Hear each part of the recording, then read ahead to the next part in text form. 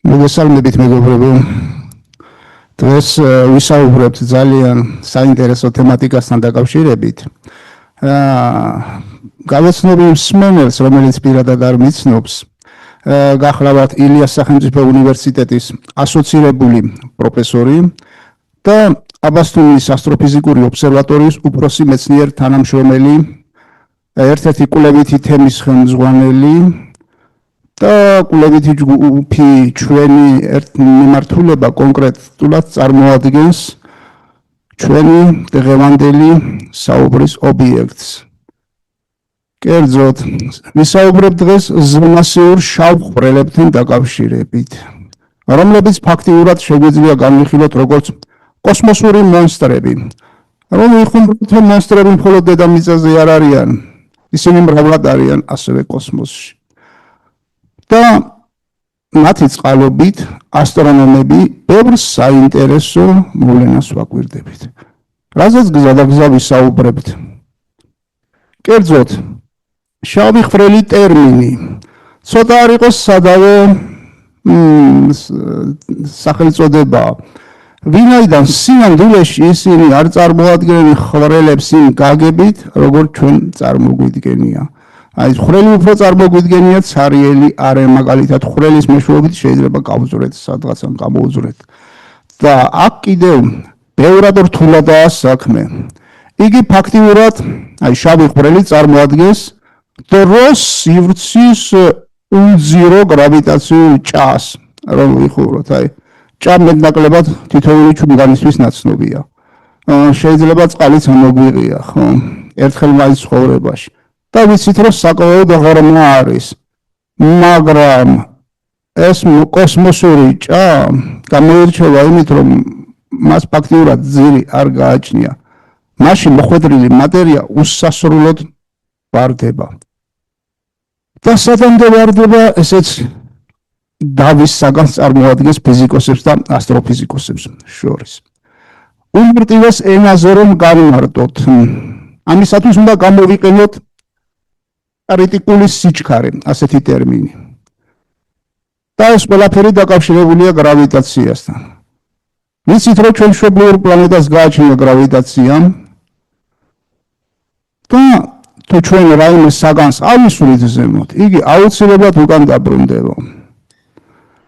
მაგრამ ბოლოს და ბოლოს თუ ჩვენ გავისურვით დაახლოებით 7.8 კილომეტრი-წამის სიჩქარით, საგანს შეუძლია დაიწყოს დედამიწის გარშემო წვრილ ორბიტაზე მოძრაობა და გახდეს დედამიწის თანამგზავრი.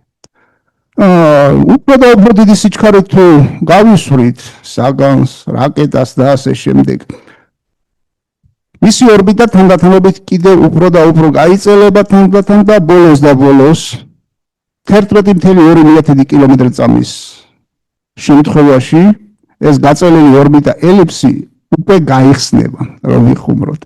და მოწყდება საერთო დედამიწის გრავიტაციას სხეული. მას უწოდებენ მეორე კოსმოსურ სიჩქარეს, უფრო ფართო ფენებში.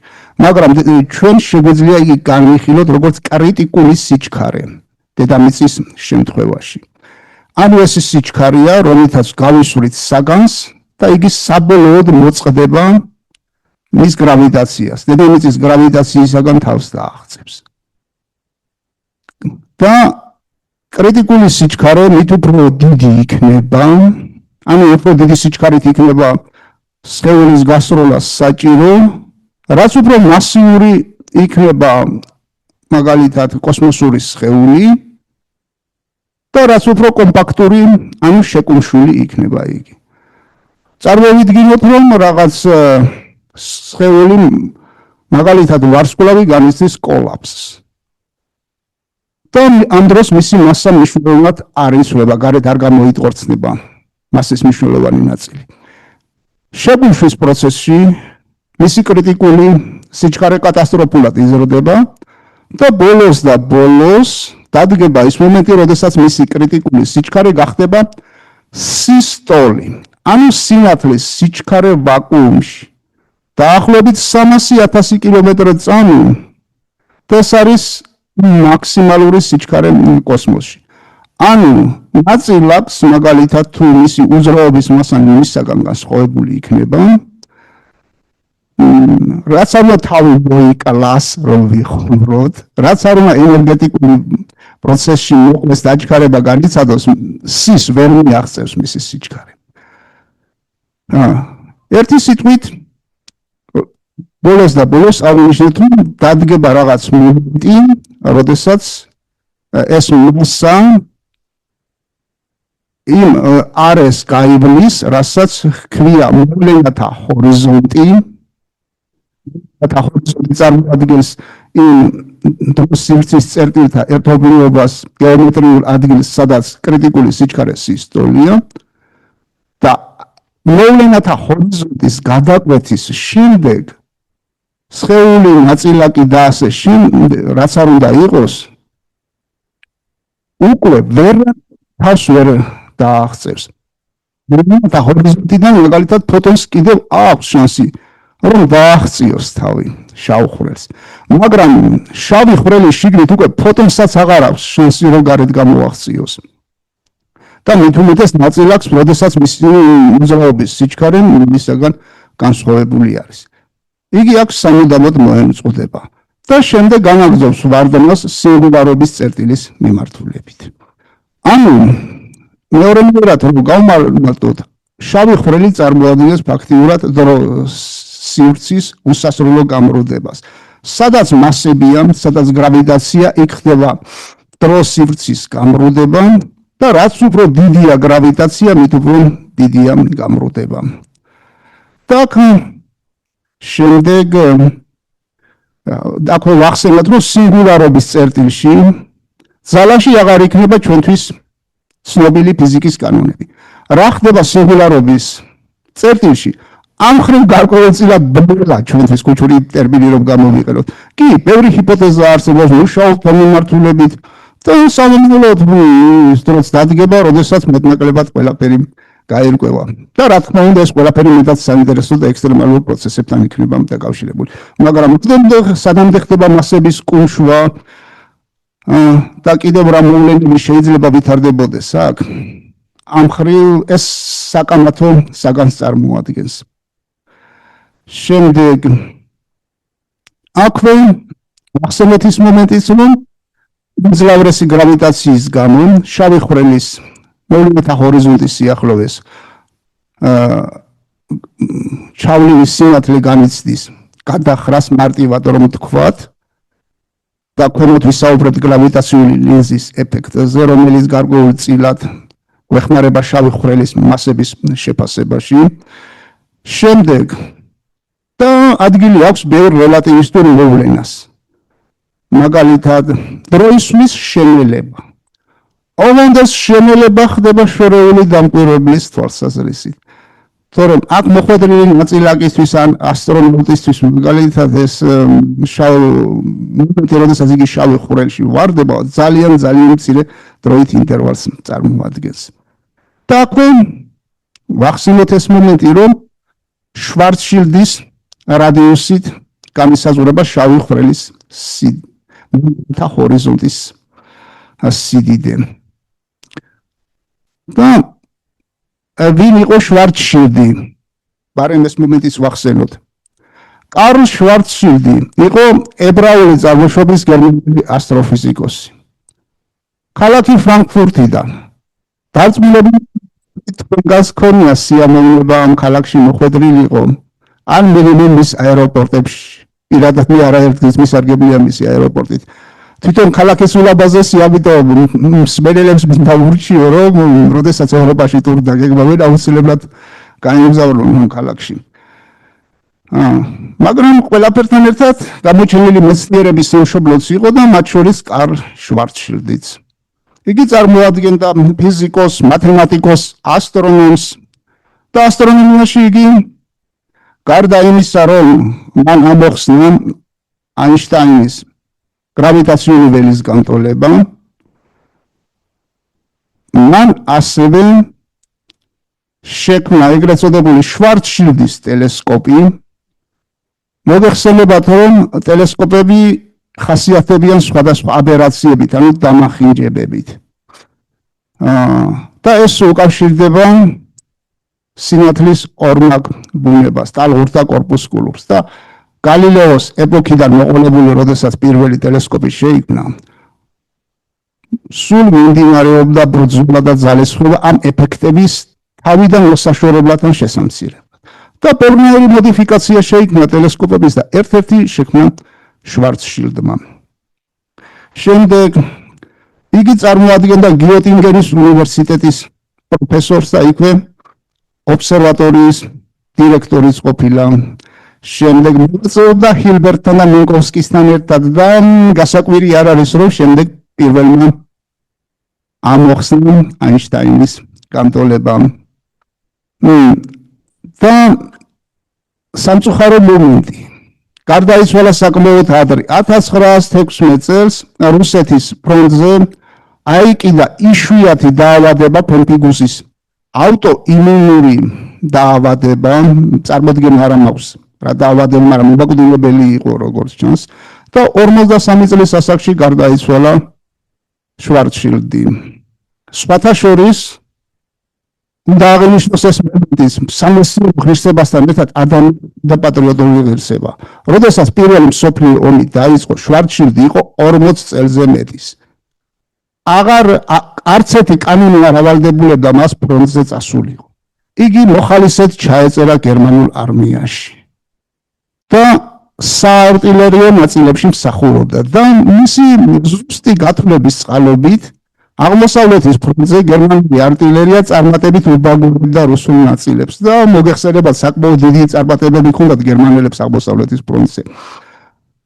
და ამასობაში მან მიიღო ინფორმაცია ფარდობითობის ზოგადი თეორიის შესახებ, გაეცნო მას და შემდეგ დაიწყო მუშაობა აინშტაინის განტოლების ამოხსნაზე. და აქვე მოხდა მისი წერილიც აინშტაინის მიმართ. სადაც იგი მადლობას უხდის აინშტაინს, რომ სულიერად დავიხმარეთ თქვენ, მთლიანად გამოუწყდები ამ საშინელ რეალობას და გადავერთვები ხოლმე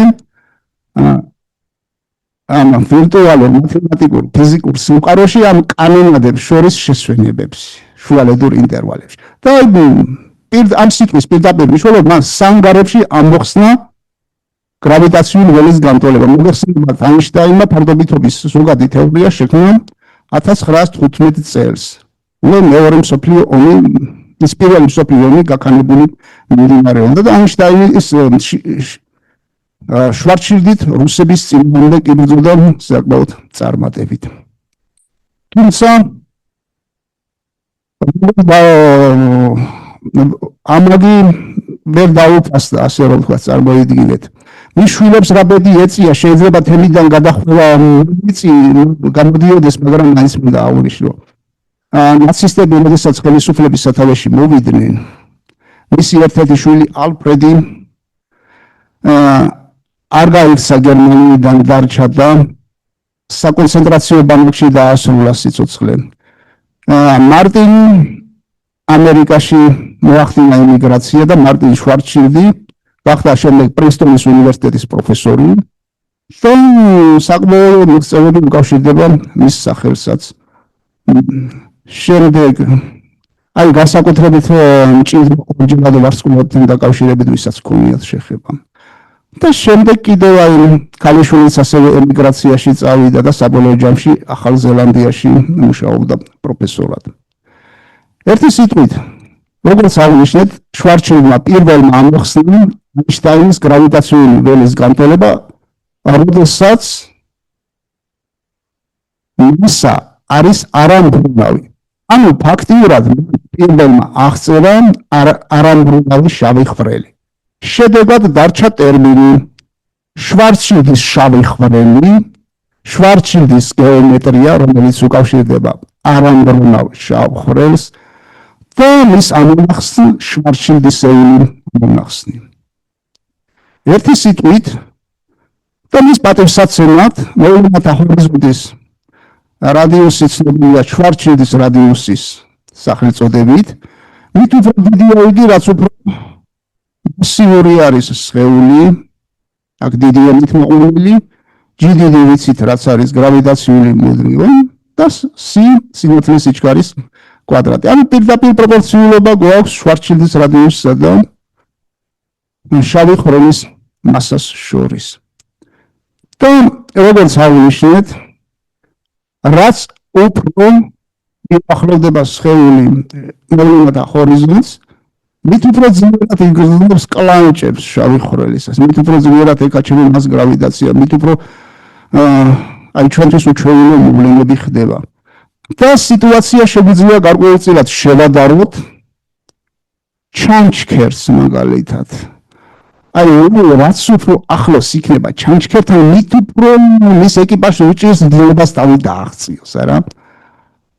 და მსგავსი სიტუაცია გვაქვს აქაც. ისები რაც უფრო ახლოვდებიან, მით უფრო სწრაფად ჩაეხვევიან და რატომ ჩაეხვევიან, იმაზე ვადები მოგვიანებით ვისაუბრებთ. და ჩახვევის პროცესში ვარსკვლავები თანდათანობით გაწელვას განიცდიან და ბოლოს ხდება მათი დეზინტეგრაცია, ანუ დანარჩენ მასებთან შერევა. მეტნაკლებად ალბათ ყველას გიტრიალიათ სამზარეულოში. და კვერცხი აგითქვებიათ, ხო? და დაკვირვები ხართ ალბათ კვერცხის გული, როდესაც ვურევთ, როგორ იწელება თანდათანობით.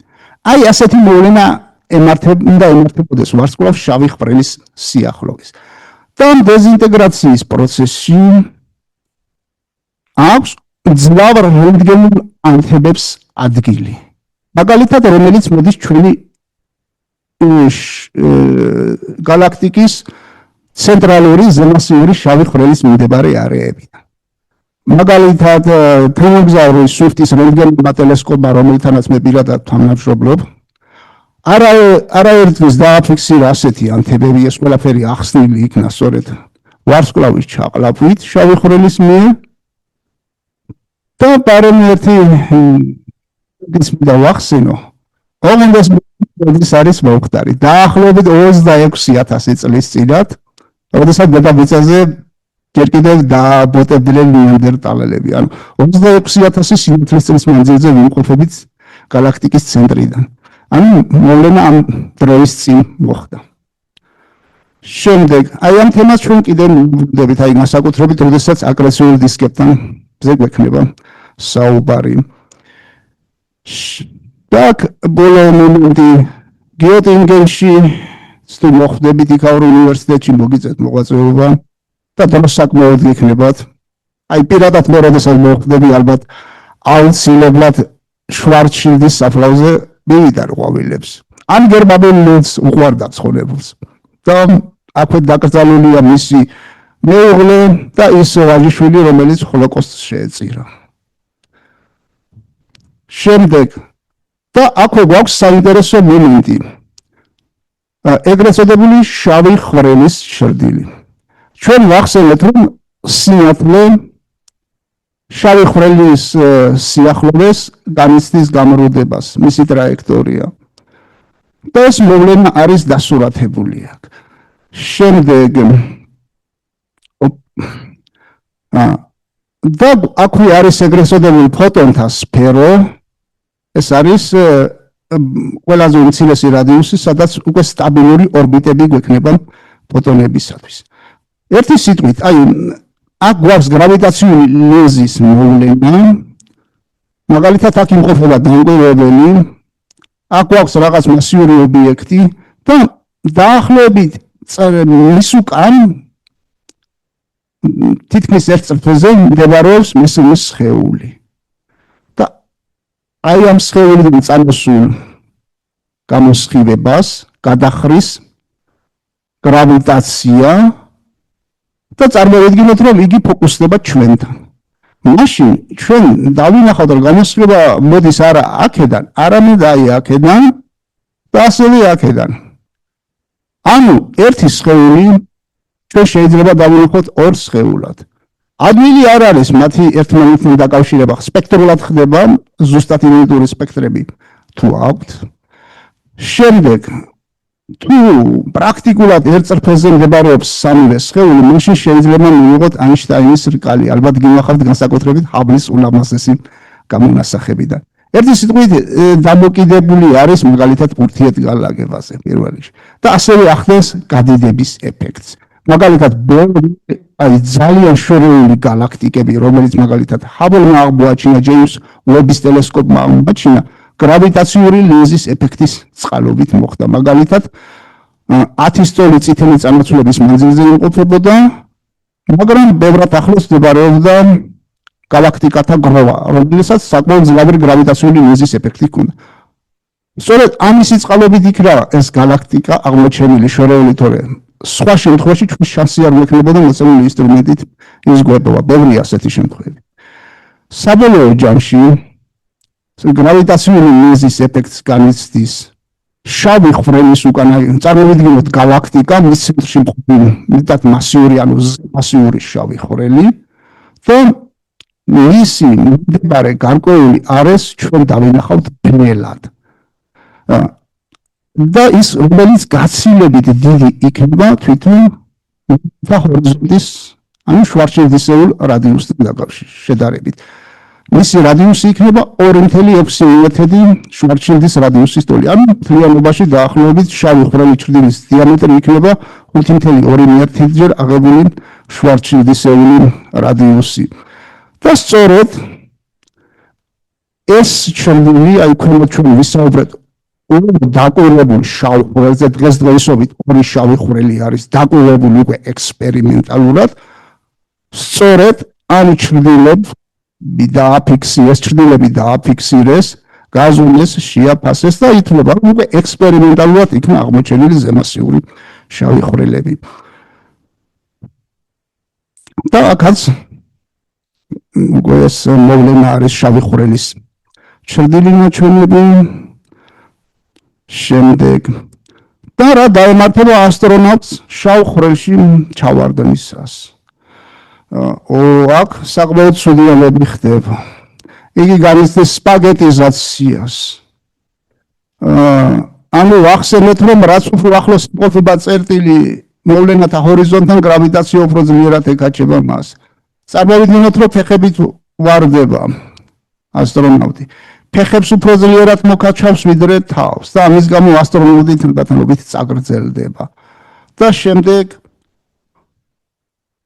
და აქ მიწერია ეგ მომენტი, ეს რა თქმა უნდა მტკივნეული და მომაკვდინებელია, მაგრამ ეს ის მცირე ხნის გაგრძელდება, მაგალითად, აი აქ გვაქვს ეს ყველაფერი ნაჩვენები. ანუ შორეულ დამკვირვებელს კი მოეჩვენება, რომ ის მოვლენათა ჰორიზონტს მიეყინა. და ვერასოდეს გადაკვეთს, მაგრამ სინამდვილეში იგი გადაკვეთს აი ეს წამის მეტად მცირე ნაწილებში. და ფაქტიურად ის ტკივილს ვერც იგრძნობს, ანუ წამის 1000-ი ნაწილების განმავლობაში კილომეტრებითაც რომ იყოს დაშორებული, მაგალითად, ან გაცილებით დიდ მანძილებზე. საბოლოო ჯამში სპაგეტიზაციას რომ განიცდის ეს ძალიან წაგრძელდება, მაგრამ ეს პროცესი გაგრძელდება მეტად მცირე ხანს თურმე. როგორც ირკვევა. და ამ ხნის განმავლობაში სისტემას არ შეუძლია ტკივილის აღქმა. ანუ დაიღუპება ასტრონავტი, ასე რომ აუცილებლად გარდაუვალად. და იგი გახდება მატერიის ნაწილი, აი მისი მოგზაურობა გაგრძელდება სინგულარობის წერტილის მიმართულებით და შემდეგ საბოლოოდ როდენდე რა ფორმით და ასე შემდეგ შეერევა მატერიას, როგორც აღვნიშნეთ, დღეისათვის საყოველთაოდ მიღებული აზრი არ არსებობს. აი აქ გვაქვს რიცხვი, აი 2 წამს გაგრძელდება თუნდაც აი 1000-ობით კილომეტრით დაშორებული წერტილიდან რომ დაიწყოს ასტრონავტმა ვარდნათურმე. მაგრამ შორეული დამკვირვებლების თვალსაზრისით მისთვის იქ დროის სვლა შეიძლება თითქოს და იგი მიეყინა ჰორიზონტს და ვერასოდეს მის ჩავარდნას იქ ვერ დააფიქსირებს შორეული დამკვირვებელი. ეს არის ერთ-ერთი რელატივისტური ეფექტი. აი სხვადასხვა რელატივისტურ ეფექტებთან გვაქვს საქმე. და ტერმინ შავი ხვრელის წარმოშობა თვითონ, აი როგორც ნახეთ, ხვრელი მანდამაინც ვერ ამართლებს ამ ფიზიკური ობიექტის სახელწოდებას და საიდან წამოვიდა. საბოლოო ჯამში ეს უკავშირდება ტეხასის ასტროფიზიკური რელატივისტური ასტროფიზიკის სიმპოზიუმს 1963 წელს გაიმართა და სამეცნიერო ფანტასტიკის მწერალმა და ჟურნალისტმა მარსია ბარტუსიაკმა იხმარა პირველად. კონფერენციის სრულობისას. თუმცა ტერმინის მამამთავარი მას იყო ფიზიკოსი რობერტ დაიკი, რომელმაც გრავიტაციულად კოლაფსირებული მასიური ობიექტი, აი ასეთი სახელწოდებით იხსენიებდნენ შავხვრელებს მანამდე. მოიხსენია როგორც კალკუტას შავი ხვრელი. და კალკუტა მოგეხსენებათ ინდოეთის ქალაქი აღმოსავლეთით ბანგლადეშის სიახლოვეს რამდენადაც ვიცი. და წარმოადგენს მსოფლიოს ერთ-ერთ მჭიდროდ დასახლებულ ადგილს, ერთ-ერთ ცხელ ადგილს. და მოგეხსენებათ მე-17 საუკუნეში ბრიტანელებმა დაიწყეს ფეხის მოკიდება ინდოეთში. და იყო West ინდოეთის კომპანია, ყველა დროის ალბათ ერთ-ერთი უდიდესი კომპანია. აქ დაარსა კალკუტას სიახლოვეს ფორტ უილიამსი და თითქმის 71 ჰექტარს იცავდა თურმე ეს ფორტ უილიამსი, მაგრამ ერთხელაც ამ კალკუტას მმართველმა სირაჯ უდ დაულაჰმა ეტყობა ზუმაზე მეტი მოსწია. რამდენადაც ვიცი ბრიტანელები განსაკუთრებით იქ არაფერს აშავებდნენ. პირველში ვაჭრობას ეწეოდნენ და არც ისეთ სასტიკ ოკუპაციას ეწეოდნენ როგორც ჩვენი ჩრდილოელი მეზობლისაგან მაგალითად, მაგრამ რომ ვიხუბროთ ზუმაზე მეტი მოსწია იბნ დაულაჰმა გადაწყვიტა მომჯერების განდევნა დაესხა თავს ფორტ უილიამს მოულოდნელად მთელი კონტინგენტი 156 კაცი აიყვანა ტყვედ და შეაგდო დილეგში. ეს დილეგი იყო აი ზომები არის მითითებული აქ თუ ოთახია რა 4.3 მეტრზე. წარმოიდგინეთ ამ ზომის ოთახში უკვე 5 ადამიანი დიდხანს გაჩერდეთ თუნდაც დროთა განმავლობაში უხაერობას იგრძნობს, ხო? ორი პაწაწუნა სარკმელი ჰქონია. აი მისი შესაბამისი ნახატი არის გაკეთებული. და რაღაცა ესეთი ხვრელისებრი მირაბის გავით შეიყვანეს ამ ოთახში ეს ტყვეები. აი მიაქციეთ ყურადღება ხვრელზე სპეციალურად გავამახვილე ყურადღება. და ასფინქსით დაიღუპა რა უდიდესი ნაწილი 123 ადამიანი 156 და მიდე ბრიტანელების დამხმარე კონტინგენტი მოვიდა. ამის გადარჩა ისიც წესიერად ხაბარზე ვერ მოვიდა, ასე რომ ვთქვა. აი პანჯარა იყო, მაგრამ წარმოიდგინეთ ინდოეთი რაღაც პატარა პანჯარა, შემდეგ ინდოეთის საშინელი სიცხეები, შემდეგ კონტინგენტი ეგრევე სწრაფად ხო ვერ მოვიდოდა, ერთი თვალწები ერთი კვირა დააგვიანა და საბოლოო ჯამში კალკუტას შავი ხვრელი გახდა ისეთი ციხის სიმბოლოც, საიდანაც ადამიანის ცოცხალი ვეღარ გამოდის. და ზემოთ ვახსენეთ ეს ორი პიროვნება მარსია ბარტუსიაკი და რობერტ დაიკი, მაგრამ საბოლოო ჯამში ასტროფიზიკოსმა რობერტ უილერმა დაამკვიდრა ეს ტერმინი.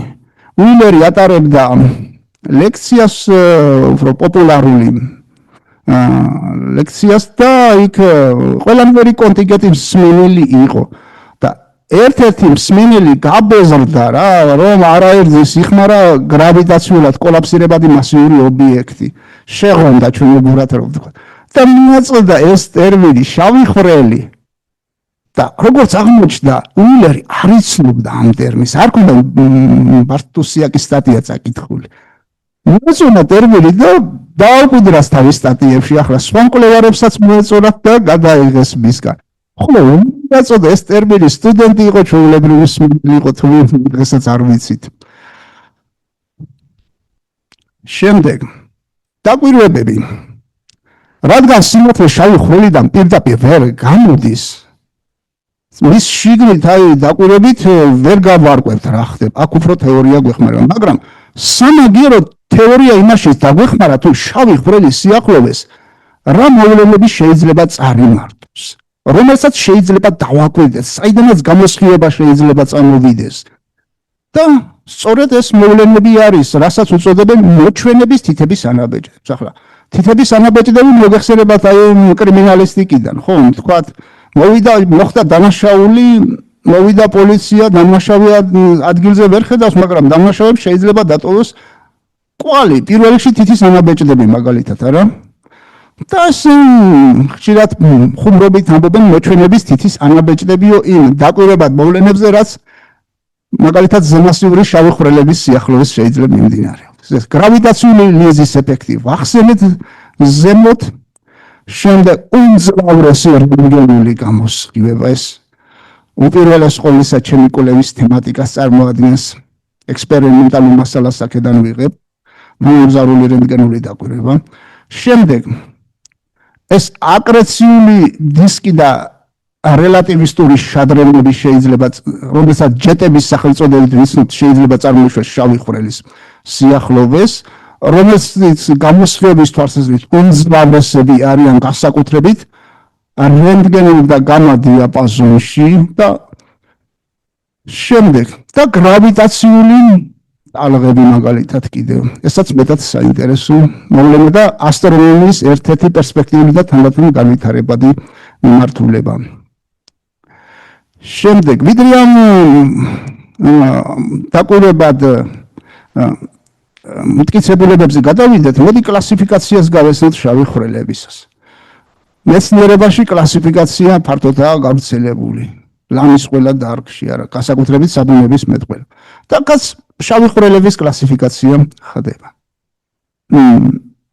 ჩვენი საუბრის თემას წარმოადგენს ზემასიური შავი ხვრელები, 10 ხარისხად მეხუთე მზის მასიდან დაწყებული ათეულობით, ასეულობით მილიარდი მზის მასა. ანუ ასტრონომიაში ჩვენ როდესაც მასაზე ვსაუბრობთ, იქ ვსაუბრობთ ფარდობითი ერთეულობით. კერძოდ, კოსმოსური სხეულის მასას ვადარებთ მზის მასას და ხმარობთ ტერმინს, რომ მოცემულ კოსმოსურ სხეულს გააჩნია ამდენი და ამდენი მზის მასა. და შავი ხვრელის მასებსაც მზის მასების მეშვეობით ვაფასებთ. წარმოვიდგინოთ, აი ქვემოთ გვექნება საუბარი, დღეისათვის დაფიქსირებული არის ზემასიური შავი ხვრელი, რომლის მასა უნდა იყოს არანაკლებ 100 მილიარდი მზის მასა. და ამის გამოიყენება ტერმინი ზემასიური შავი ხვრელი. გვაქვს შუალედური მასის შავი ხვრელები, რომლებიც აი ვარსკვლავთა სფერული გროვების ცენტრში შეიძლება იმყოფებოდნენ, ან შედარებით დაბალმასიური გალაქტიკის ცენტრში, ხოლო ნორმალური გალაქტიკების ყველა თუ არა უდიდესი ნაწილის ცენტრში სწორედ ზემასიური შავი ხვრელები უნდა იყვნენ განთავსებულები. შემდეგ არის ვარსკვლავური მასის შავი ხვრელები.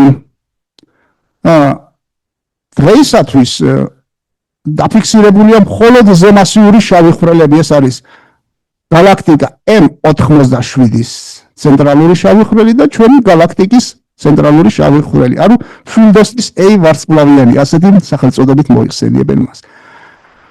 დანარჩენები ფიქსირების პროცესში, ასე რომ ვთქვათ, მაგალითად ვარსკვლავური მასის შავი ხვრელების უამრავი კანდიდატია თუნდაც ჩვენს გალაქტიკაში, რომლებიც უკავშირდება ვარსკვლავთა მჭიდრო ორჯერად სისტემებს და ისინი მძლავრი რენტგენული წყაროები არიან, იქ შემდეგ აკრეციული დისკ სპეციფიკური სპექტრი გააჩნია, რასაც ვნახავთ და გვაქვს ძალიან რეალური კანდიდატები. ახლა დროის საკითხი არის მაგალითად მოვლენათა ხრობზუკის ტელესკოპი, რომელთა მეშვეობითაც მოხდა ზემოთხსენებული ორი შავი ხვრელის აღმოჩენა, მისი კუთხური გარჩევადობა თუნდაც მარტულობს ბოლოს და ბოლოს მივართ შვერიერ დღემდე, უკვე მესამეს აღმოაჩენთ, მეოთხეს ვარსკვლავური მასის შავ ხვრელს აღმოაჩენთ და ეს პროცესი თანდათანობით გაგრძელდება. ხოლო რაც შეეხება ბოლო კლას პირვანდელი შავი ხვრელები და მინიატურული ან მიკროსკოპული შავი ხვრელები, ესენი უფრო ჰიპოთეტური დონისანი არიან.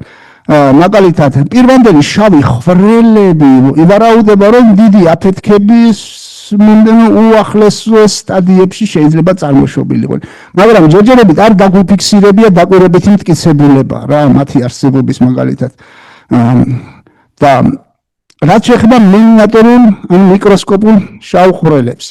აი ამაზე არაერთგზის მიდის ხოლმე სპეკულაცია, მაგალითად ახალ ზოგიერთ ტელე ეთერში წამოსკუპებული ეგრეთ წოდებული ექსპერტები, თავისი წვერით, თავისი რელიგიური ქუდებით, თავისი ისეთი დამოჯითებით იკილოთ, აი CERN-ში ფიზიკოსები მუშაობენ შავი ხვრელის შექმნაზე. შემდეგ და ჩაყოლდასო ის გაგონდა აი როგორც საშიშები არიან ეს მეცნიერები და აი ინკვიზიციის გამოცხადება ბიტხოინის მოსებისათვის მაგალითად ასეთ პირებს რომ დაუჯეროთ მაგრამ ახლა მე მინდა რომ სმოლები დახრე დავამშვიდო რომ ჯერეთ ეს არის ყველაფერი დაბეჭდებით ვერ ვიტყვით არ არის აზრთა თანხმობა იმის შესახებ არსებობენ თუ არა მიკროსკოპული შავი ხვრელები სამყაროში ეს დავის საგანია და ჩვენი საუბრის თემა სცილდება მაგრამ ხდეს სასწაული და კიდეც უმეორე ცერში მაგალითად ასეთი შავი ხვრელი მას დიდი ხნის არსებობა არ უწერია ეგ მყისიერად განიცდის აორთქლებას ასე რომ თუნდაც ყოველგვრის გამოსხების მეშვეობით ასე რომ ჯობია ასეთ ეგრესებულ ექსპერტებს არ უსმინოთ. ამ ხრივ საშიში არაფერია. შემდეგ გადავიდეთ მასიურ შავხვრელებზე, რომლებიც გალაქტიკის ცენტრში არიან მოკალათებული და ისინი იტაცებენ მასებს თავისი მძლავრი გრავიტაციის მეშვეობით და ესენი შეიძლება იყოს ჩვეულებრივი ვარსკვლავებიც, ასევე ვარსკვლავშორისეთის გაზი, მტვერი, მაგრამ აქ არის ერთი მომენტი, ეს მიტაცებული მასა არ წავა და ჩვენ რო ქვას ავისურვით და უკან რომ დაეცემა, ხო, ვერტიკალურად. აი ესე პირდაპირ წრფულად დაეცეს რომელთა ხობის მიტაცებული მასა ეს არ ხდება. ის დაიწყოს მაგალითად წრიულ ორბიტაზე მოძრაობას შავი ხვრელის გარშემო. ანუ იბრძვის სიცოცხლისათვის, იბრძვის გადარჩენისათვის ეს მასა თუნდაც ვარსკვლავი. მაგრამ აქ არის შემდეგი მომენტი. შავხვრელს სხვა მასებიც აქვს მიტაცებული. მაგალითად გაზოვანი მასები, მტროვანი მასები, რომელთანაც აი მიტაცებული მასა, თუნდაც ვარსკვლავი განიცდის ბლანტ ხახუნს და ამის გამო ის კუთხულის თანდათანობით კარგავს, ანუ ის ენერგიას კარგავს და შედეგად წრიულ ორბიტაზე კი აღარ მოძრაობს იგი, არამედ სპირალზე, რომელიც ჩაეხვევა მოვლენათა ჰორიზონტისაკენ. შედეგად ასეთი მასების ერთობლიობა ქმნის ეგრეთ წოდებულ აკრეციულ დისკს. და ეს განთავისუფლებული კუთხური მომენტი გადადის სითბურ ენერგიაში. შედეგად აკრეციული დისკი ხურდება და ტემპერატურა, როდესაც მიაღწევს კელვინის რიგს ან უფრო მეტს, უკვე იწყება რენტგენული გამოსხივება, სითბური რენტგენული გამოსხივება. და სწორედ ეს გამოსხივება თავს აღწევს მეცნიერებიდან, ჩვენ ვიცით როგორი არის მისი სპექტრი, აი მაგალითად მასში დაიკვირდება ემისიური ხაზები. საკუთრებით გამორჩეული არის რკინის ხაზი 6 კილო ელექტრონ ვოლტზე. აი არ მოგესმათ, სწორედ ტერმინი რკინა. შემდეგ 6 კილო ელექტრონ ვოლტი რას ნიშნავს? რომ შევადაროთ ხილულ გამოსხივებას, რომელსაც ჩვენ ერთმანეთს ვხედავთ. 2 ელექტრონ ვოლტზე ნაკლებია ხილული გამოსხივების ენერგია უმეტესწილად.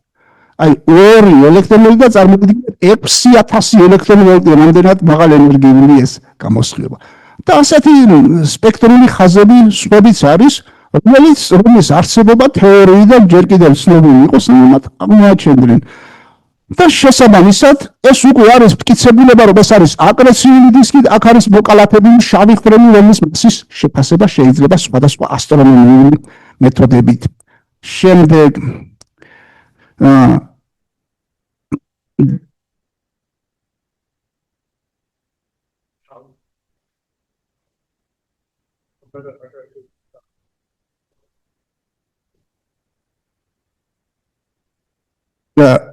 აქ არის შემდეგი მომენტები, აი ტემპერატურაში განსხვავება პირველ რიგში. ერთი სიტყვით ხო, ცენტრალური აქ არის კიდევ სხვა დაკვირვებული მომენტები, მაგალითად, კი ამ ხრივ მართალი ხართ, მაგრამ არის დაკვირვებადი მომენტები, რომელიც შავხვრელებს ახალ მასების შეფასება ხდება მაგალითად აქ. რომელიც აი დასკვნას გვაძლევს რა შეიძლება იყოს ცენტრალური სხეული. შემდეგ ასევე ხდება ახლა აკრეციული დისკი, აკრეცია შეიძლება მოხდეს ჩვეულებრივ ვარსკვლავზეც, ხო? მაგრამ ვარსკვლავმა სხვა დაკვირვებადი მახასიათებლებითაც შეიძლება იჩინოს თავი. და ამიტომ გვაქვს აქ ექსპერიმენტალური მახასიათებლები, რომელიც უშუალოდ შავ ხვრელზე მითითებს პირდაპირ და შესაბამისად ვარსკვლავური შავი ხვრელები დიდი რაოდენობით კანდიდატურები არსებობს ჩვენი galaktikis შემთხვევაში.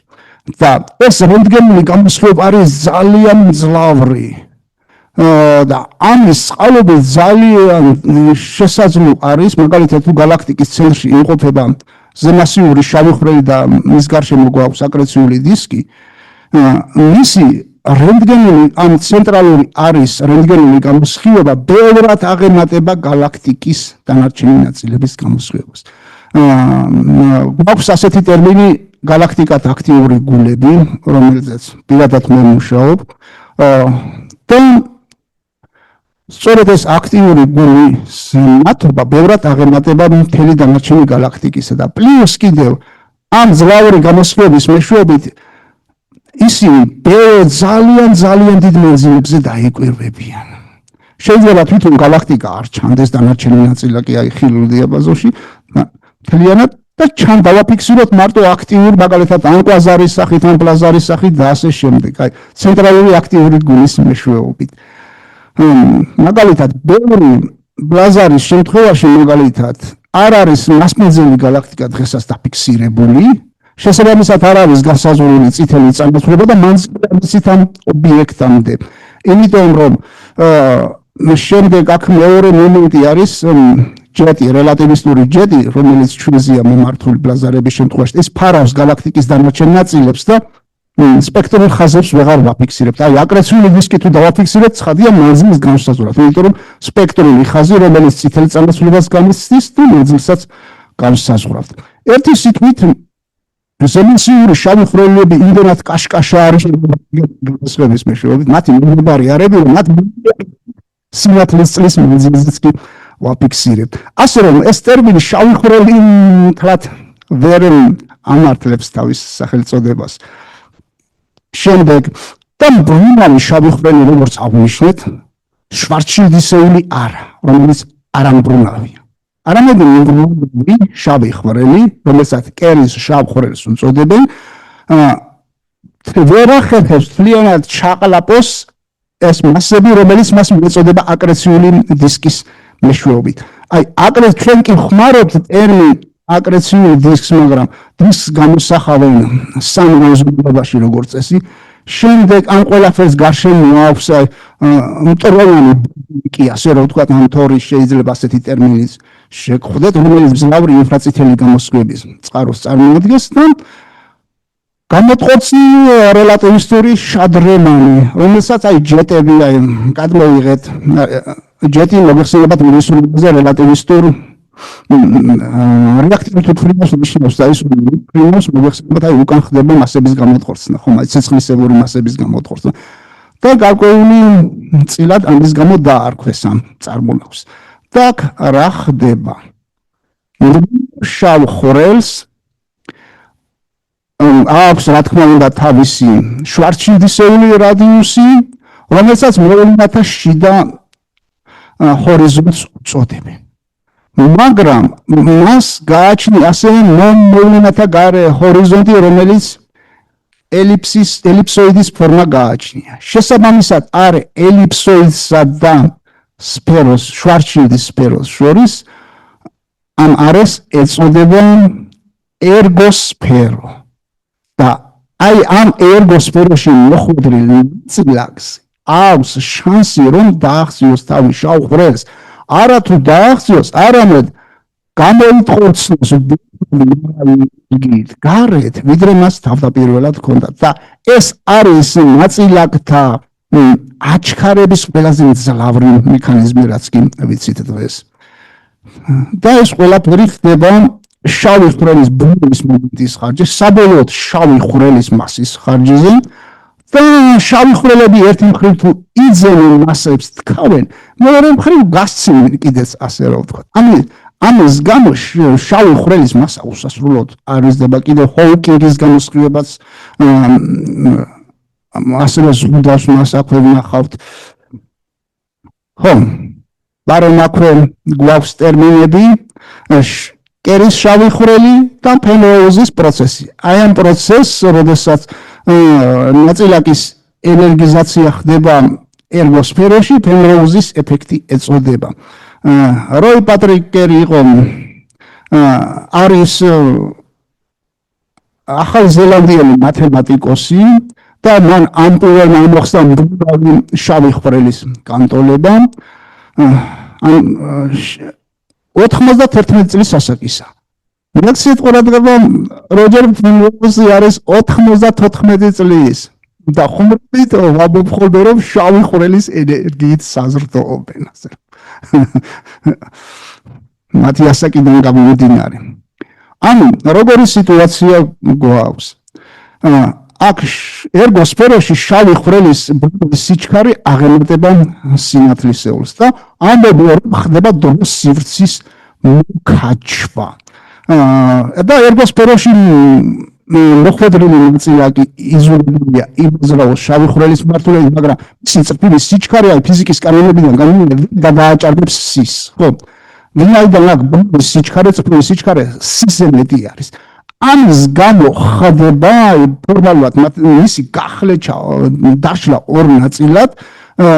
ანუ ერთ ნაწილს ექნება უარყოფითი ენერგია, ექნება ეგრეთ წოდებული დადებითი ენერგია. ან შეიძლება პირობითად ვთქვათ უარყოფითი სიჩქარე, დადებითი სიჩქარე, რომ ჯამურმა სიჩქარემ არ გადააჭარბოს სის. და ანუ ეგრეთ წოდებული უარყოფითი ენერგიის შესაბამისი მსხვერპლი წავა შავ ხვრელში, ხოლო მეორე დადებითი აღემატება იმას, რაც თავიდან გქონდა, ის გამოიწვება გარეთ ვარაუდობენ შავი ხვრელის პოლუსების მიმართულებით. და ასევე შავი ხვრელით შეიძლება იყოს დამაგნიტებულია შემთხვევა განხილება და წეღან რაზეც საუბრობდით და ასევე მარტო ფენროუზის პროცესი არა, მაგნიტური ველის ძალწირები ისეთი კონფიგურაცია შეიძლება ჰქონდეს ამ არეში, აი გრიბალისებული კონფიგურაცია, რომელმაც აი შეიძლება ასე სპირალისებურად ამოქაჩოს ნაწილაკები ამ ჯეტების გასული. აი ამ ორი პროცესის შედეგად შეიძლება ამოიქაჩოს არათუ რელატივისტური, არამედ ულტრარელატივისტური ნაწილაკები. აქ ჯეტების შემთხვევაში ჩვენ ხმარობთ ორ ტიპის, აი ნაწილაკური სიჩქარეები და მასური სიჩქარეები.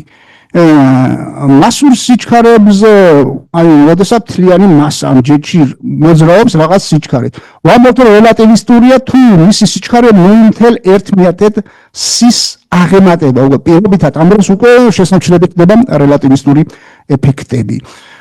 მაგრამ ნაწილაკების სიჩქარე ბევრად მაღალი შეიძლება იყოს. მაგალითად, როდესაც ვახდით აი თლიანი გამოსხივების მოდელირებას და რენტგენული გამოსხივების შესაბამის ნაწილაკებს შეესაბამება ლორენცის მომრავლი, აი უკვე მაღალი ენერგიების ასტროფიზიკაში ენერგიების ეკვივალენტად ჩვენ ვხმარობთ ლორენც ფაქტორს, ანუ ლორენცის მომრავლს. შეესაბამება უკვე 10 ხარისხად მე-4, 10 ხარისხად მე-5, 10 ხარისხად მე-6 თქვენ წარმოვიდგინეთ. ანუ ეს არის უკვე 0.9 და ასე შემდეგ ბევრი ცხრილი შეიძლება ავიღოთ და გავამბობთ სიზი. ასეთ სიჩქარეს აღწევს ნაწილაკი. პირველ რიგში ფენროუზის ეფექტი, შემდეგ ეს მაგნიტოჰიდროდინამიკური ამ ჯეტ აკრეციული დისკის შიდა ნაწილებში. შემდეგ აი ამ ჯეტებში შეიძლება გავრცელდეს ასევე რელატივისტური დარტყმითი ტალღები, რომლებიც ნაწილაკებს ააჩქარებენ მაგალითად ფერმის პროცესების მეშვეობით. ამ რელატივისტურ ჯეტებში შეიძლება მოხდეს მაგნიტური გადაერთება, რეკონექცია ტერმინი გვაქვს ასეთი, რომელიც საკმაოდ ეფექტურად გარდაქმნის მაგნიტურ ენერგიას, ნაწილაკების კინეტიკურ ენერგიებად და შესაბამისი ექსპერიმენტალური მტკიცებულებები მაგალითად პირადად მაქვს ჩემს პუბლიკაციებში. და ერთი სიტყვით შედეგად ეს რელატივისტური ჯეტები, რომლებიც დაკავშირებული არიან ზემმასიურ შავ ხვრელებთან, ფაქტიურად ყველაზე მძლავრ მაჩქარებლებს წარმოადგენენ სამყაროში, რაც კი ვიცით ჩვენ. ამასთან ერთად ენერგიის მასის ენერგიად გარდაქმნის ყველაზე მძლავრ მექანიზმს წარმოადგენენ. აი, მართლადი თერმობირთვული რეაქციების მეშვეობით ვიცით, რომ აი 0.8% არის გარდაქმნის ეფექტურობა, ხო, რამდენად? აქ კონკრეტულ შემთხვევაში 30%-მდე შეიძლება მიაღწიოს მაგალითად ფენროუზის ეფექტის მეშვეობით აი მასის ენერგიად გარდაქმნა. ამ ხრივაც ექსტრემალური არის რელატივისტური შავხრეთი, წარმოსებს გასცემს ამ დროს ის არ გავს კიდეს გარეთ გამოანთხევს ასე რომ ვთქვათ.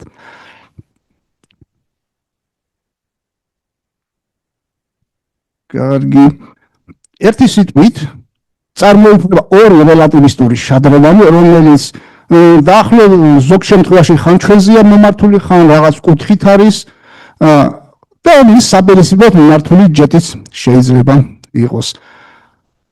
რომელსაც ზოგჯერ ვაკვირდებით, ზოგჯერ ვერა. გააჩნიათ მათ მიმართულებას და 2019 წლის აპრილში გამოქვეყნდა კვლევა დაკვირვების სინამდვილეში 2017 წლიდან იყო დაწყილი Event Horizon ტელესკოპის მეშვეობით. ეს არის რადიოინტერფერული მეტრული დაკვირვებები 30 გიგაჰერცზე და შესაბამისი ტელესკოპები, რომლებიც ამ ინტერფერომეტრულ დაკვირვებაში მონაწილეობენ, დედამიწის რაც შეიძლება დაშორებულ წერტილებში არიან განლაგებული. რატომ? იმიტომ ეგრეთ წოდებული ბაზა, რაც უფრო დიდი არის ამ სისტემის, მით უფრო უკეთესია კუთხური გარჩევადობა. ანუ ცალკე აღებული რადიო ტელესკოპი, რაც არ უნდა დიდი იყოს, კარგი კუთხური გარჩევადობით არ გამოირჩევა. ვერ შეედრება ოპტიკურ ტელესკოპს. მაგრამ აი ინტერფერომეტრული დაკვირვებები უკვე როდესაც სინთეზი ხდება ძალიან დაშორებული ტელესკოპების მიერ მიღებული სიგნალებს, უკვე ბევრად იძლევა დღეისათვის ყველაზე მაღალ კუთხურ გარჩევადობას.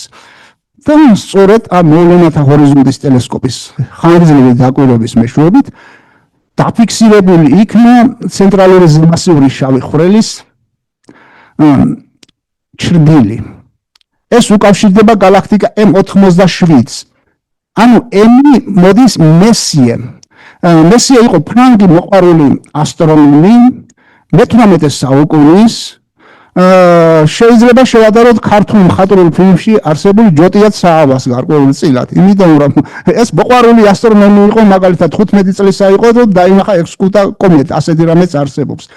ახლა არისტოკრატიული წლის წარმომადგენელი იყო, მამამის ჰქონდა შესაძლებლობა რომ მისვი ტელესკოპი და დაიწყო ეს დაკვირვებები, კომეტების ზიება, მაგრამ იაღლიში დაემართა ხოლმე ხანდახან. აი იპოვა განფენილი სხეული, გაეხარდა ვაშა კომეტა ვიპოვენ, იქ გაავრცელა მაგალითად იქ არისტოკრატიულ წლებში ინფორმაცია, მაგრამ გადაიზრდა და გადაამწდა, ასე რომ ვთქვათ, ეს განფენილი სხეული არ ეძვრის ადგილიდან. ამ დროს კომეტა უნდა გადაადგილებულიყო და გაბრაზებულმა მესიემ ადგა შემდეგ და შექმნა კატალოგი, სადაც ჩამოწერა ყველა განფენილი ობიექტი, რომელიც მდებარეობას არ იცვლიდა. მას რამდენიმე კომეტა აქვს აღმოჩენილი, მაგრამ იმას მისთვის სახელი არ განუთქვია. არამედ განუთხვა იმ კატალოგმა მისთვის საძულველი ობიექტებისგან შედგენილმა კატალოგმა და ერთ-ერთი იყო მოცემული galaktika.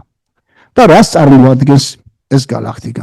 ჩვენგან დაშორებულია 53.5 მილიონი სინათლის წლის მანძილზე. ანუ აი მოწდებით რომ აი ამ დროით ინტერვალით უკანა წავიდეთ დროში, იმ დროის წამოსულ გამოსხივებას ვხედავთ. აი რომ შევადაროთ ანდრომედა, ჩვენგან ანდრომედას galaktika ჩვენგან 2 მილიონი ნახევარი სინათლის წლით არის დაშორებული. შემდეგ და ახლა როგორი სიტუაცია გვაქვს? არის galaktikata grova. აი ლოკალური სამყარო რომ წარმოვიდგინოთ, ჩვენი galaktika ცენტრში, ჩვენ galaktikas გააჩნია თავისი თანამგზავრი galaktika, მაგალითად მაგელანის ღრუბლები, ჯუჯა galaktikები და არის კიდევ galaktikata ადგილობრივი ჯგუფი, რომელიც შეიძლება განვიხილოთ 55 galaktika არის ჯერჯერობით დაფიქსირებული. მაგრამ ეს დამოუკიდებელი გრუპა მაინც არ არის. არამედ გვაქვს galaktikata grova ქალწულის თანავარსკვლავედის მიმართულებით, ქალწულის თანავარსკვლავედი ვიცით ხომ? და შემდეგ და აი ამ გროვის ცენტრალურ ობიექტს წარმოადგენს M87, ანუ მესიე 87 და რაკი გროვის ცენტრში იმყოფება გვაქვს შემდეგი სიტუაცია. გროვის ცენტრში galaktikata გროვის ცენტრში რაც უფრო ცენტრის მიმართულებით მივდივართ, სივრცული სიმკვრივე galaktikების იზრდება. შესაბამისად შანსი დიდია რომ galaktikები ერთმანეთს შეერწყან. ანუ ერთმა galaktikამ მეორე ჩაყლაპოს და რაკი ამ გროვის ცენტრში იმყოფება მესიეს M87-ს ცხოვრების განმავლობაში აქვს ჩადენილი დაახლოებით 13 მილიარდი წლის განმავლობაში თავის ბიოგრაფიის განმავლობაში უამრავი galaktika ჩაყლაპული და შესაბამისად ის ჩვენ galaktikაზე ბევრად დიდი ზომისა. აი ბარემ ვახსენეთ ეს პონტი რომ ჩვენი მიმყოფების სადღაც ქალწულის გროვა galaktikების და უფრო ხშირად კვლევარები განიხილება როგორც ზეგროვას და მის ერთ-ერთ პერიფერიას წარმოადგენს. ანუ სამყაროში ჩვენი ცენტრი არის ქალწულის გროვა, ასე რომ ვთქვათ, რომ ვიხუმროთ. შემდეგ მოვუბრუნდეთ ისევე ჩვენ M87 galaktikas, წარმოვიდგინეთ ვარსკვლავს მოიცავს იგი მაშინ, როდესაც ჩვენს galaktikაში შეიძლება 120-დან 150 მილიარდამდე ვარსკვლავი შეიძლება იყოს. მიაქციეთ ყურადღება რამდენიმე ტრილიონი ვარსკვლავი. შემდეგ 15,000 სფერულ გროვას მოიცავს იგი. ჩვენ galaktikაში 150-200 სფერული გროვა შეიძლება იყოს. ეს ის შედეგი, ანუ მას უამრავი galaktika აქვს არსებობის განმავლობაში ჩაყლაპული. და მის ცენტრში შეიძლება იმყოფებოდეს 6.5 მილიარდი მზის მასის მქონე შავი ხვრელი. დიახ, 6.5 მილიარდი მზის მასა. და ქვეთ ციფრის გვაქვს მითითებული ეს მილიარდი ისა მზის მასა რის სიტყველი 10 ხარისხად 29 კილოგრამის რიგისა. და მისგან გამოცხორცილი არის რელატივისტური ჯეტი, რომელიც ერთ-ერთ ლამაზ სანახაობას წარმოადგენს სამყაროში. იგი უზარმაზარი მანძილის განმავლობაში დაახლოებით წრფივობას ინარჩუნებს. მიაქციეთ ყურადღება, სულ მცირე 1500 პარსეკის მანძილზე, ანუ თითქმის 5000 სინათლის წლის მანძილზე არის გადაჭიმული ეს ჯეტი და წრფივობას მაინც ინარჩუნებს. ანუ რაღაც უძლიერესმა ძალამ გამოწყორცნა იგი ცენტრიდან. და ახლა არსებობს ბევრი სხვადასხვა მეთოდები, რომ შეეფასებინათ აი ჰიპოთეტური ცენტრალური შავი ხვრელის მასა, თუნდაც ვარსკვლავთა სიჩქარეების დისპერსია. კვლევარებს ჰქონდათ წარმოდგენა, რომ აქ შეიძლება ყოფილიყო ძალიან მასიური შავი ხვრელი, ოღონდ მაშინდელი შეფასება იყო 4.2 მილიარდი სინათლის 4.2 მზის მასა, ვიდრე ეს Event Horizon ტელესკოპის დაკვირვებები დაიწყებოდა და შემდეგ დაზუსტა 6.5-დან. მაგრამ ნებისმიერ შემთხვევაში ძალიან დიდი ციფრი. შესაბამისად მისი შვარცშილდის რადიუსი და შავი ხვრელის ჩრდილის რადიუსი ძალიან დიდი უნდა ყოფილიყო. და ახლა 53 მილიონი სინათლის წელი განიხილება როგორც ახლო კოსმოსი. და შესაბამისად ამის გამო აარჩიეს სამიზნედ ეს დაკვირვებები წარმატებით დაგვირგვინდა და დაფიქსირებული იქნა სწორედ აი ეს შავი ხვრელის არსებობის პირველი ექსპერიმენტალური მტკიცებულება. ანუ ვიდრე ეს შრომა გამოქვეყნდებოდა 2019 წელს, შავი ხვრელები იყო მხოლოდ თეორიულ დონეზე. ამჟამად იგი ექსპერიმენტალურ დონეზეც დაფიქსირებული არის. ანუ M87 galaktika აქ გვაქვს კომბინირებული გამოსახი, ოპტიკური ანუ ხიმიური გამოსახი და მოწითალო ფერით რადიო გამოსახი, რომელიც რელატივისტურ ჯეტს წარმოადგენს. შემდეგ ამონარიდი, ანუ zoom in, ასე რომ ვთქვათ, ამ ცენტრალურ ნაწილში, შემდეგ კიდევ ძალიან ცენტრალური არის ამონარიდი და საბოლოო ჯამში მივიღეთ ეს ნაწილი არის სწორედ შავი ხვრელის ჩრდილი. შემდეგ ამ ფოტონთა რგოლს ეძახიან, აი ამ წარმოებს არათანაბარი განაწილება სწორედ იმ გრავიტაციული ლინზის ეფექტს უკავშირდება. და აი აქ გვაქვს კიდევ მისი სხვა ილუსტრაცია, როგორ ხდება მასების მიტაცება ცენტრალური შავი ხვრელის მიერ, აკრეციული დისკის ამოქმნა, რელატივისტური ჯეტის გამოწყორცნა და აქ შედარებული არის ჩვენ მზის სისტემასთან. აი ნახეთ წყვეტილი ხაზით. ჩვენი საბრალო მზის სისტემა რა პატარა არის იმ შავი ხვრელის ჩრდილთან შედარებით. ესე იგი ბზის ადგილას რო ეს ყოფილიყო შავი ხვრელის შიგნით ვიმყოფებოდით აი წარმოვიდგინეთ და არც ვისხდებოდით დღეს აქ შემდეგ და უშუალოდ ახლა ჩვენი გალაქტიკას ცენტრში გვაქვს ზემასიური შავი ხვრელი მაგრამ უფრო მოკრძალებული მონსტრი ან მონსტრონი ასეთი ტერმინი ვიხმაროთ 4.2 მილიონი ბზის მასა ძალიან დიდი ციფრია მაგრამ თუ შევადარეთ 6.5 მილიარდ ბზის მასას პატარა მონსტრონია გამოვა ასე რომ ვთქვათ მონსტრი უწოდეთ იმის გამო რომ უზარმაზარ მასებს თქავს ხო ანადგურებს ყველაფერს რაც მის გარშემო და აქ შედარებებიც არის მოყვანილი აქ პლუტონის ორბიტა შემდეგ ვოიაჯერ პირველი სად იქნება და მთლიანობაში ეს აი M87-ის ჩრდილში შავი ხვრელი ჩრდილში ნამდვილად თავსდება მთლიანი არის და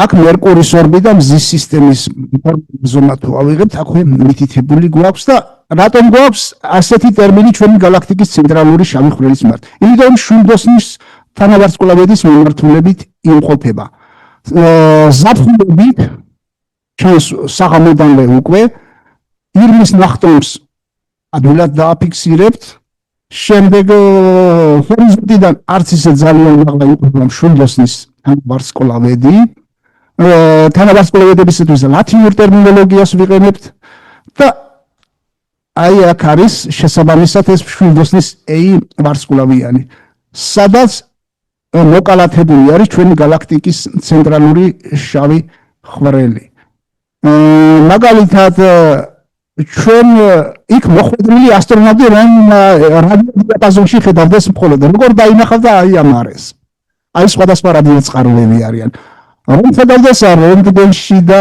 რადიოდიაპაზონში აი ასეთ ულამაზეს სანახაობას დაინახავს აი ასტრონომები ხშირად ვიყენებთ კომბინირებულ გამონასახებს აი ხილული რენტგენული რადიო და მათ კომბინაციას და კილომეტრებშიც არის მითითებული შეხედეთ 12 მილიონი კილომეტრი დიამეტრი ეს შავი ხვრელის ჩვენი გალაქტიკის ცენტრალური შავი ხვრელის ჩრდილისათვის შემდეგ ჩრდილის დიამეტრიც აქ გვაქვს 59 მილიონი კილომეტრი არის დაახლოებით აი დიდ ციფრებთან გვაქვს საქმე ხო 59 მილიონი კილომეტრი ჩვენთვის ძალიან დიდია მაგრამ კოსმოსურ მასშტაბებში ძალიან პატარა ანუ ჩვენ დაახლოებით 6,000 სინათლის წლით წარმოვიდგინეთ და შესაბამისად ის არის ჩვენიდან ძალიან პატარა და ამდენი დრო და ამდენი ძალისხმევა მეტად დასჭირდა აი ამ შავი ხვრელის აღმოჩენას ამიტომაც შრომობენ მეცნიერები დღე-დღეობით სხვა შავი ხვრელები დააფიქსირეს ეს მაგნიტური ველის განაწილება იმ არეში და აი აქვე ჩავხლებას ჩვენი გალაქტიკის ზემასიური შავი ხვრელი იმენიცაც მინდა შევეხო ამაზეც მინდის მთელი სპეკულაციები ვიღაც ექსპერტებს გამოიყვანენ სხვადასხვა ტელევიზიაში და ან სხვადასხვა სოციალურ ქსელებში უზარმაზარ შეგვიძლია შვიდად ვიყოთ ამ ხარი და ახლა რა ხდება ბარემ აი ამ მომენტს ხვდებით ხო იმენიც განიხილავ რომ ზემასიური შავი ხვრელის არსებობის გამო ხშირად გვაქვს გალაქტიკის აქტიურობასთან საქმე მაგრამ ტერმინს გალაქტიკად აქტიური გულები არის ცენტრალური ნაწილის ნათობა განსაკუთრებით რენტგენში რადიოში გამაში ბევრად აღემატება დანარჩენი გალაქტიკის ნათობას ადგილი აქვს გამოსხივების ცვალებადობას ადგილი აქვს სპეციფიკურ სპექტრებს აი ემისიური ხაზები რკინის გაჩვენეთ აკრეციული დისკისათვის და რელატივისტური ჯეტს საერთოდ სპექტრული ხაზები არ დაიკვირვება ხოლმე და ამ აქტიურ გუნდებს გალაქტიკებისას მათ კლასიფიკაციას ახდენენ და აი აქ მთელი ისა გვაქვს რა ტყე ასე რომ ვთქვათ აქტიური გალაქტიკების კლასებისა M87 აქ ხდება ჩემი საკვლევი ობიექტები ეს ობიექტებია და ასე შემდეგ და ჩვენი გალაქტიკის ცენტრალური ადრე ყოფილა აქტიური ანუ ეგრეთ წოდებული სეიფერტის ტიპის აქტიური გული სპირალურ გალაქტიკებს აქვს სეიფერტის აქტიური გულები შესაბამისად ჰქონია გამოწყურცილი ჯეტი რელატივისტური დინება შავი ხვრელის მიმდებარე არიდან რადგან მბრუნავი შავი ხვრელი გვაქვს, ხდებოდა მასების გამოტანა, ნაწილაკების გავრცელება ამ ჩვენ galaktikურ სივრცეში და ეს მაღალი ენერგიული ნაწილაკები ასხივებენ გამაში. და დაკვირვებები დაფიქსირებული იქნა ეგრეთ წოდებული გამა-ბურთები თანამგზავრი ფერმის მეშვეობით, დაკვირვებების მეშვეობით. და აქვე რენტგენული ფონები გამოსხივებაც დაიტანეს და გვაქვს ეს გამა-ბურთები. გავრცობილი არის ცენტრიდან 27,000 სინათლის წლის ფარგლებში, უკაცრავად 1000 აკლია. ანუ ეს რომ დავაწვინოთ ჩვენი მიმართულებით იყოს, უკვე მოვექცეოდით შიგნით. და ჩვენი ბედი რომ ჩვენი მიმართულებით არაა ეს. ანუ ჯეტები ჰქონია ადრე ამ ცენტრალურ აქტიუმს, რომელიც ახლა მომაკვდავ მდგომარეობაშია რა, ეს მისიკვდილებული, მიკნავებული სასიკვდილო სარეცელზე ასე რომ თქო, ძალიან ისეთი ფაქიზი დაკვირვებით აი ამ ცენტრალურ არეებში გამოკვეთეს ჰარვარდის უნივერსიტეტის პროფესორება ძლივს. ასე რომ უსაფრთხო, ანუ შავი ხვრელის საშიშია მაშინ როდესაც ძალიან ახლო ჩავული, თორემ აი 27-26000 სინათლის წლის მანძილზე იმყოფები და მისი გრავიტაცია არაფრით განსხვავდება იმავე ადგილზე რომ იყოს მაგალითად იმავე მასის 4.2 მილიონი მზის მასის მქონე სფერული გროვა ვარსკვლავების. იგივე გრავიტაცია, იგივე ეფექტი არის ჩვენს შემთხვევაში. ხომ, აქ გარკვეულწილად შეფასებები არის, მაგალითად ჩვენი galaktikis ცენტრალური შავი ხვრელი 4.3 მილიონჯერ დიდი არის მზესთან შედარებით. ხომ, აქ მასა მოიაზრება, შემდეგ შედარება M87-ის შემთხვევაში ძალიან მოკლედ არის სქემატურად აქ ნაჩვენები, შეიძლება წარმოშობილი იყოს მისიური შავი ხვრელები galaktikis ცენტრში. ანუ დიდი აფეთქების თეორია მეტნაკლებად ცნობილია ეს თქვენთვის, დაიწყო სიმყარომ გაფართოება, დაიწყო პირველმა ფორმირებებმა გამოყოფა პროტოგალაქტიკებმა, პროტოგალაქტიკებში დაიწყო ვარსკვლავთა ფორმირება და ცენტრში შეიქმნა ისეთი პროტოვარსკვლავი, რომელმაც გამიცადა კოლაფსი შავხვრელად. შემდეგ ამ შავხვრელმა დაიწყო დანარჩენი მასების მიტაცება და თანდათანობით გამსვლდა. მაგრამ არსებობს, ხო, ბარემ ეს ვახსენოთ, დღეისათვის წეღანაც გავუსვი ხაზი, ყველაზე დიდი შავი ხვრელი ცნობილი უნდა ჰქონდეს ფენიქსის გროვა არსებობს galaktikebisa, ფენიქსის თანავარსკვლავედის მიმართულებით და მის ცენტრალური galaktika არის ფენიქსის A და შეფასებული მასა არის 100 მილიარდი მზის მასა თქვენ წარმოიდგინეთ. აქ არის სხვა ობიექტი კიდევ და აი აქ შედარებით ნეპტუნის ორბიტა ჩვენი მზის სისტემის. და ეს ფენიქსის A ჩვენგან იმყოფება 5.8 მილიარდი სინათლის წლის მანძილზე. ანუ ჩვენ ხედავთ 5.8 მილიარდი წლის ან რამ მდგომარეობაც ქონდა მას. ახლა გაცილებით რომ სუქანი იქნება ალბათ. შემდეგ და კვდება თუ არა შავი ხვრელი ეს ბოლო ჩვენი მომენტები რა თემის დასასრული ფაქტიურად შესაძლებელია. შეიძლება აორთოს ჰოუკინგის გამოსხივების მეშვეობით, ანუ ჰორიზონტის სიახლოვე უმძლავრესი გრავიტაციის არეში შეიძლება ვირტუალური ნაწილაკები გახდნენ რეალური ნაწილაკები და ესეც შავი ხვრელის მასის ხარჯზე. მიიღოთ ანტინაწილაკის წვილი, ერთი ნაწილაკი მიიტასოს შავმა ხვრელმა, მეორე გამოიწორცნოს გარეთ.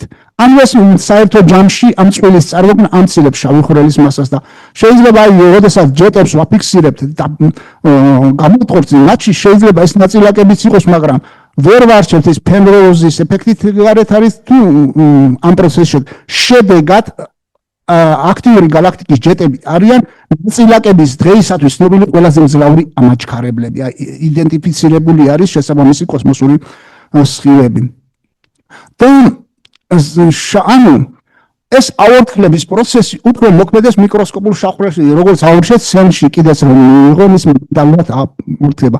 მაგრამ აი ზემასიური შავი ხვრელისათვის სამყაროს ასაკს ბევრად აღემატება ეს აორთქლების პერიოდი, მაგრამ მაინც ზღუდავს რა მის უსასრულოდ მასა რომ გაიზარდოს რა.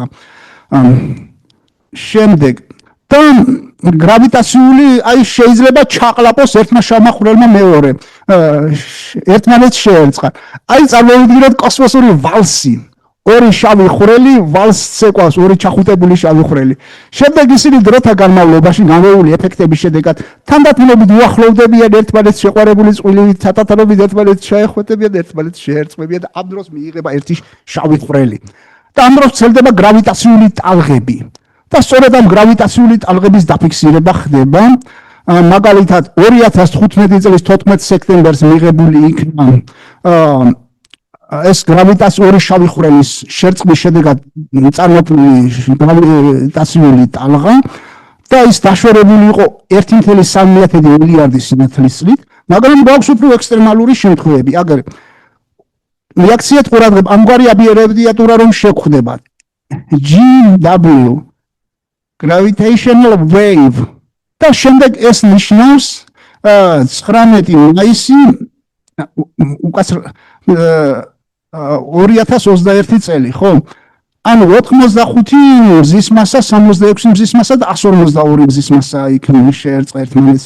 აქ კიდევ ქონდა მეორე შავი ხვრელი დაფიქსირებული მოგვიანებით 2023 წლის 23 ნოემბერს 137 მზის მასა, 103 მზის მასა და მივიღეთ შესაბამისად 240 მზის მასის შავი ხვრელი. და სულ ბოლო საინტერესო მომენტი, სულ ბოლო სლაიდი. დროს სივრცით მოგზაურობა შავი ხვრელის მეშვეობის შესაძლებელია თუ არა, ფიქციებში შეიძლება ნახოთ, ფანტასტიკურ ლიტერატურაში, ფილმში, ანუ სადაც შავი ხვრელია, იქ მოიაზრებენ ჰიპოთეტურად თეთრი ხვრელით არსებობას. შავი ხვრელი თუ ყველაფერს თქავს, თეთრი ხვრელი არის დროს სივრცის არის, რომელიც გამოთხორცნის ყველაფერს გამოისვრის. და შესაბამისად მაგალითად მაგრამ არავით არის ექსპერიმენტული მტკიცებულება არ აქვს თეთრი ხვრელის არსებობის ჯერჯერობით. ვარაუდობენ რომ ის დიდი აფეთქება სწორედ თეთრ ხვრელს უკავშირდებოდა თითქოს. და ეინშტეინ-როზენის ხიდი ეინშტეინი და ნათან როზენი მეორე ფიზიკოსი იყო. რომ ისინი გარკვეულწილად ერთმანეთთან დაკავშირებული შავი ხვრელი და თეთრი ხვრელი ერთი galaktika შავი ხვრელის გავლით მასის ჩანთქმა ხდება ერთი galaktikიდან და გარეთ გამოთხორცნა მეორე galaktikაში თეთრი ხვრელის გავლით. მაგრამ გულმე და დავწყვიტო ფანტასტიკის მოყვარულებს რა. იმიტომ რომ ჯერ ერთი ექსპერიმენტალურად არანაირად არ გვაქვს ნაპოვნი. შემდეგ როგორც ირკვევა თეორიულად კიდეც რომ დამყარდეს ეს ეინშტეინ-როზენის ხიდი რომ მიღებული იქნას უკიდურესად არასტაბილური ყოფილა და ძალიან ხანმოკლე. მესამე, ჩვენ ნახეთ უკვე სპაგეტიზაციის პროცესი რა შეიძლება დაემართოს იქ ასტრონავტს, ან სხვა მოგზაურს, ხო? ასე რომ ეს გზა ნამდვილად არ გამოდგება კოსმოსში სამოგზაურო. ხო. ხო. ერთი სიტყვით ძირითადი მომენტები ეს იყო, რასაც მინდოდა ვთქვით ვის მომეხო.